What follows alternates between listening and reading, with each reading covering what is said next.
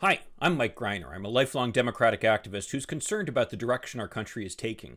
If you share my concerns, maybe you could like this video and subscribe to this channel, and maybe even hit the little bell that will notify you when I post a new video, because I do try to post pretty frequently. So today, I want to talk about news that came out in the New York Times yesterday about efforts by Donald Trump as his administration was coming to an end, where he was trying to overturn the election. And now emails are available that prove the lengths that he went to try to get the Justice Department to intervene and basically overturn the will of the people by taking action in the courts. It's really an outrageous story. And of course, we saw then the results of what happened on January 6th, where essentially what we witnessed was an abortive coup. And thank God things didn't go any further, but very easily we could have seen things go the wrong way. And it would have been really basically the end of American democracy if that had happened. So thank God an end was put to that incredibly destructive administration. Phew, we dodged a bullet there, right? Well, unfortunately not. As it turns out, there's a continuing effort that is ongoing to try to essentially destroy American democracy and, if not reinstate Trump, certainly create the environment in which him or somebody like him would be able to take power in the not too distant future.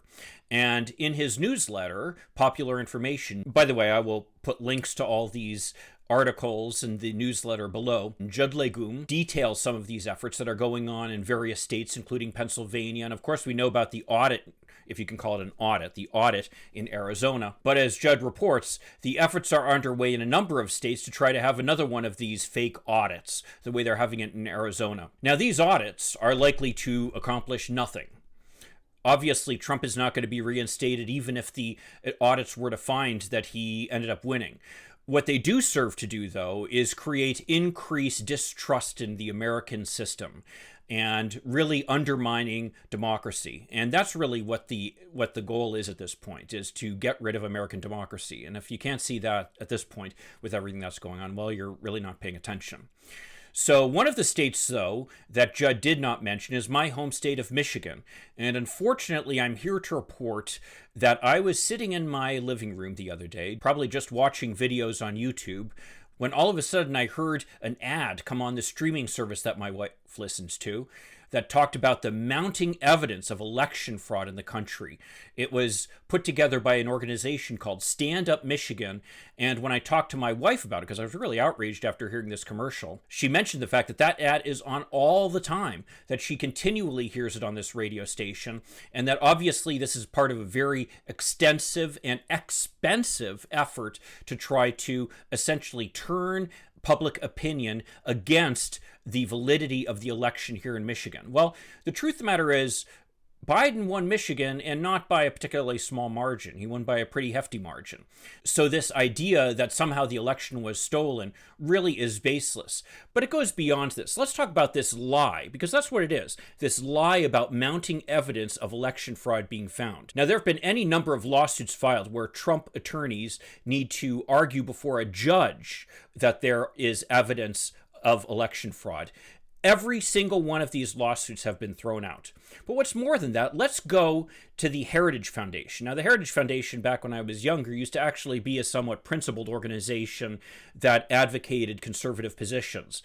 Like most of the Republican Party, however, it has now become an authoritarian arm of a personality cult obsessed with Donald Trump. And on that basis, then, the Heritage Foundation has done research across the country looking for examples of election fraud. So let's just look at what they've found in Michigan. And let me just be clear about this. This is an organization that is ideologically primed to find election fraud. So if there's any possibility that it'll find election fraud, it's going to find it.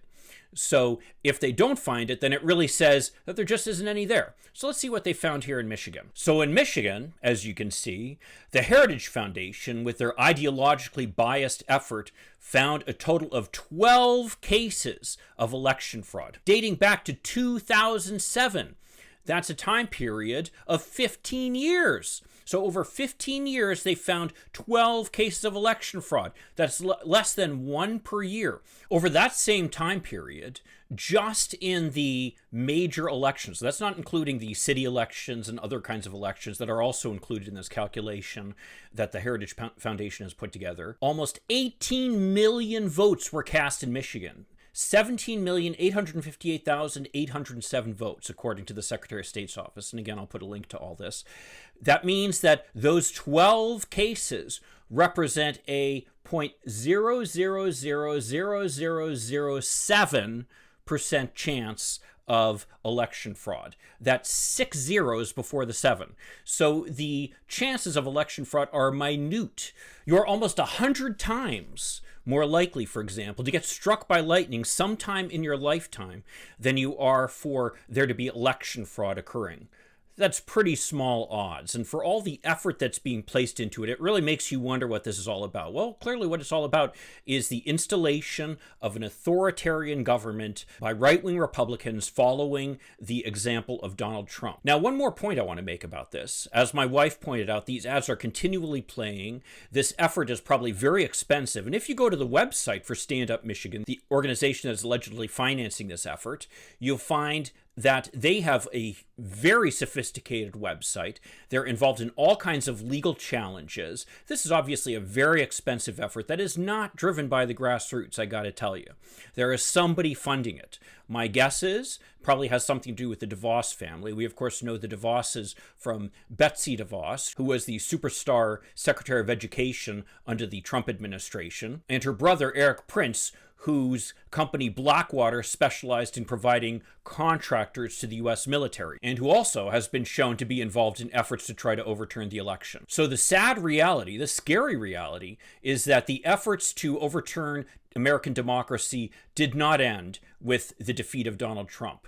Donald Trump claims that he's going to be reinstated in August. Well, obviously that's not going to happen, but just the fact that that's out there and that ads are out there, if you can believe that, promoting this lie that there is widespread voter fraud, a lie shown by the very evidence that the Republicans themselves at the Heritage Foundation came up with, then it shows that American democracy is not out of the woods. We are still in serious danger, and we need to take steps to protect it. One of those steps, of course, that could be taken is by Congress passing the For the People Act, which would certainly help, as well as passing labor reform, and of course passing the Infrastructure Investment and the Families Act, which would of course help people across the country. These are the things that the Republicans are really scared of.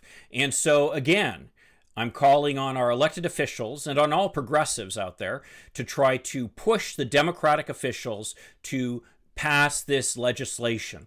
We need this legislation passed because, unfortunately, the efforts to destroy American democracy are not over. And as we can see, they're actually funded by some very, very wealthy individuals.